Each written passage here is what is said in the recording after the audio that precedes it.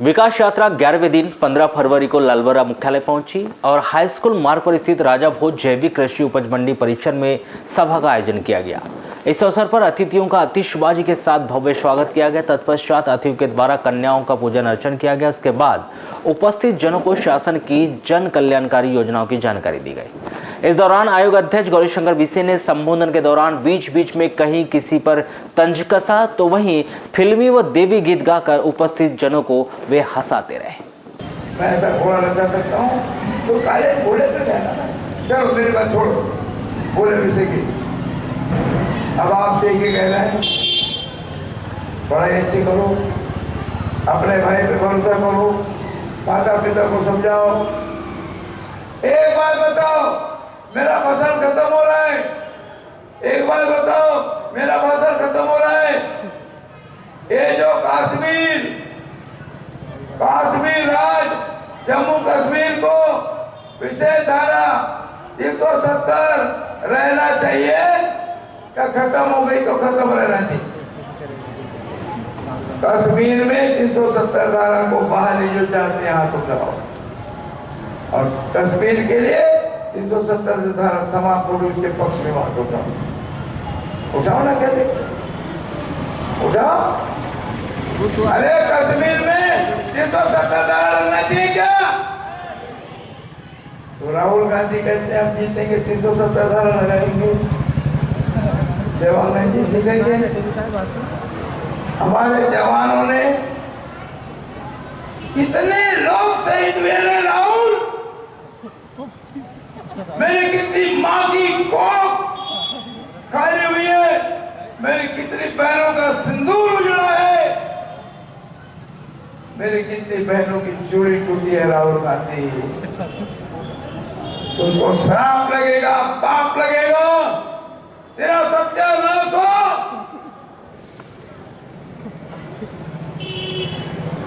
कांग्रेस के छुट भैया नेता ने बयान दिया, गौरीशंकर विषय ज्यादा बोलता है तो मैं क्या मनमोहन जैसे मुकर हूं? माननीय मनमोहन सिंह जैसा मुकर हूं क्या? मैं मुकर सिंह हूं क्या? भारत के हर नागरिक को बोलने की आजादी है। मैं आज फिर से कहता हूं, माननीय राहुल गांधी के ऊपर राजद्रोह का मुकदमा चलाना चाहिए और देश से उनको बाहर निकालना चाहिए। ताली बजाओ ना, क्या समर्थन।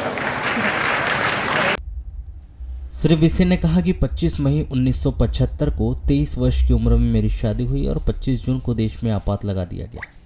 उस समय आपके भाभी के हाथ में मेहंदी भी नहीं मिटी थी और मुझे जेल में डाल दिया गया था। मैं दीवार कूदकर बाहर आया। जेल में रहता तो आपातकाल के 25,000 रुपये पेंशन पाता, परंतु 25,000 रुपये पेंशन पाना महत्वपूर्ण नहीं है, आपातकाल में सहयोग करना महत्वपूर्ण है। वहीं उन्होंने कांग्रेसियों पर तंज कसते हुए कहा कि जो लोगों ने हमें आपातकाल में जेल में डाला है उनके नाम से कैसे महाविद्यालय का नाम होगा? हमारे महाविद्यालय का नाम पंडित दीनदयाल उपाध्याय था, है और रहेगा। मैंने जब प्राचार्य से कहा तो वह कहता है कि महाविद्यालय के नाम को लेकर कोर्ट में केस चल रहा है, जिससे ABCD नहीं आती वे भी प्राचार्य बन जाते हैं।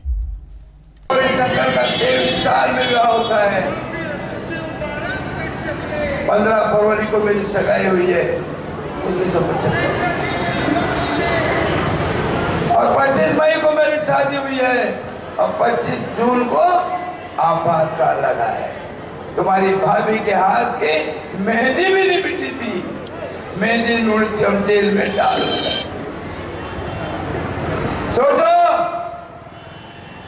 गौरीशंकर जेल में वो तो दीवानों को कूद करके गौरीशंकर भागा है, वरना आपातकाल में रहता तो 25,000 रुपये का पेंशन पाता।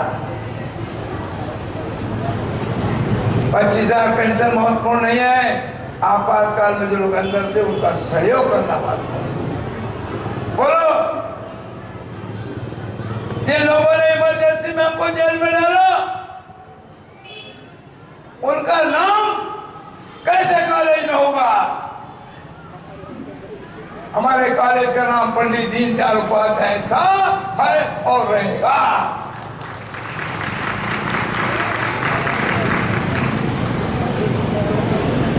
वो प्रिंसिपल को मैंने बोला तो बोले केस चल रहा है। मैंने कहा जिसको ABCD का ज्ञान नहीं वो प्रिंसिपल बनता है। आपका स्कूल होगा, आप जाओ, पढ़ो, खूब अच्छा करो, एक आध दिन और संभाल लेंगे। श्री विसिन ने कहा कि मेरे पास लोग आते हैं कि कैसा कॉम्प्लेक्स बनेगा। मैं उनसे कहना चाहता हूं कि लालबर्रा में बालाघाट जिले का सर्वश्रेष्ठ कॉम्प्लेक्स बनेगा। अगर ऐसा नहीं हुआ तो मुझे लालबर्रा मत आने देना। और मार्ग के दोनों साइड में 5-5 मीटर की सड़क, बीच में 1.5 फीट का डिवाइडर, दोनों साइड 1-1 फीट की नाली और वाहन खड़े करने के लिए 10 फीट की पार्किंग व्यवस्था की जाएगी। साथ में यह भी कहा कि विश्राम गृह को तोड़कर इतनी दुकान बनाएंगे कि दुकानदार कम पड़ जाएंगे। और मैं कॉम्प्लेक्स निर्माण के लिए आज जनपद सदस्यों से 15वें वित्त की 96 लाख रुपए की भीख मांगता हूं और विधायक निधि का इस वर्ष का 1 करोड़ रुपए कॉम्प्लेक्स निर्माण के लिए आज ही स्वीकृत करता हूं। नियमों में परिवर्तन करके मंडी परिसर में जो कॉम्प्लेक्स बना है उसे जैविक व प्राकृतिक उत्पाद बेचने वाले किसानों को दिया जाएगा। को विश्व का सर्वश्रेष्ठ राज्य बनाना है, अभी तो ये मेरे पास ज्ञापन लेके आते हैं, बोले कैसा कॉम्प्लेक्स बनेगा, जरा इंतजार तो करो। यदि बालाघाट का सर्वश्रेष्ठ कॉम्प्लेक्स नहीं बना तो मुझे लालबर्रा बता देगा। अब कैसा बनेगा बता रहा हूं। 5.5 मीटर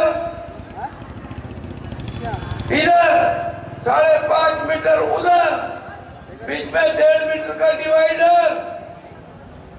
और सेठ जी हमारी दुकान के सामने साइकिल खड़े नहीं रखने देते, इसलिए 10 फीट का पार, साइकिल मोटरसाइकिल खड़े रखने के लिए। और नाली पक्की 1x1 की, 1x1 की, इधर के दुकान वालों के सामने नाली, 1x1 की, उधर के दुकान वालों के सामने नाली। 10 फीट हमारी, सेठ जी मेरी कार को, मेरी बच्चियों की साइकिल को आप नहीं हटा सकोगे।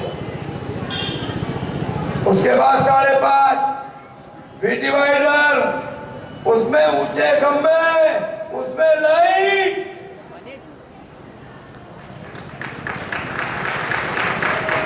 उसके उस तरफ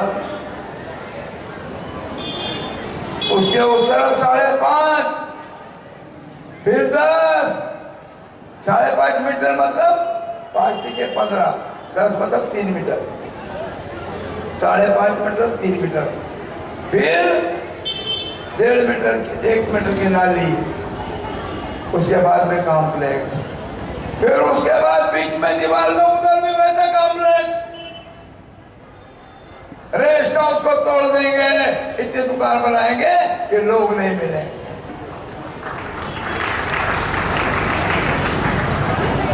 250 मीटर में 13 फीट चौड़ी।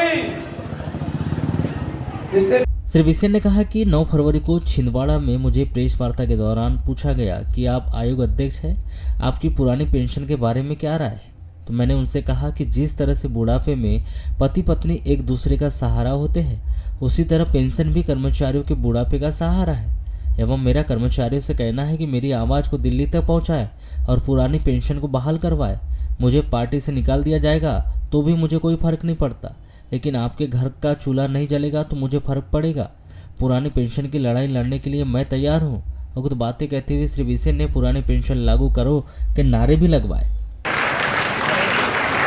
और मेरे कर्मचारी भाइयों, 9 तारीख को मुझसे छिंदवाड़ा की प्रेस में पूछा गया, आप आयोग के अध्यक्ष हो, आयोग का अध्यक्ष सबका संरक्षक होता है, पुरानी पेंशन के बारे में आपकी क्या राय है। मैंने कहा जिस तरह से बुढ़ापे में पति को पत्नी की आवश्यकता है और पत्नी को पति की आवश्यकता है, उस तरह से कर्मचारी के लिए पुरानी पेंशन आवश्यक है। समर्थन करो, कौन सरकार का अभिनंदन करो, मेरी आवाज को दिल्ली तक पहुंचाओ, मेरे लाखों कर्मचारियों को पुरानी पेंशन दिलाओ। भारत माता की जय, भारत माता की। मुझे पार्टी निकालने की कोई फर्क नहीं पड़ता। मेरे से पार्टी पद छीनने की कोई फर्क नहीं पड़ता, लेकिन आपके घर का चूल्हा नहीं जलेगा, इससे फर्क पड़ता है।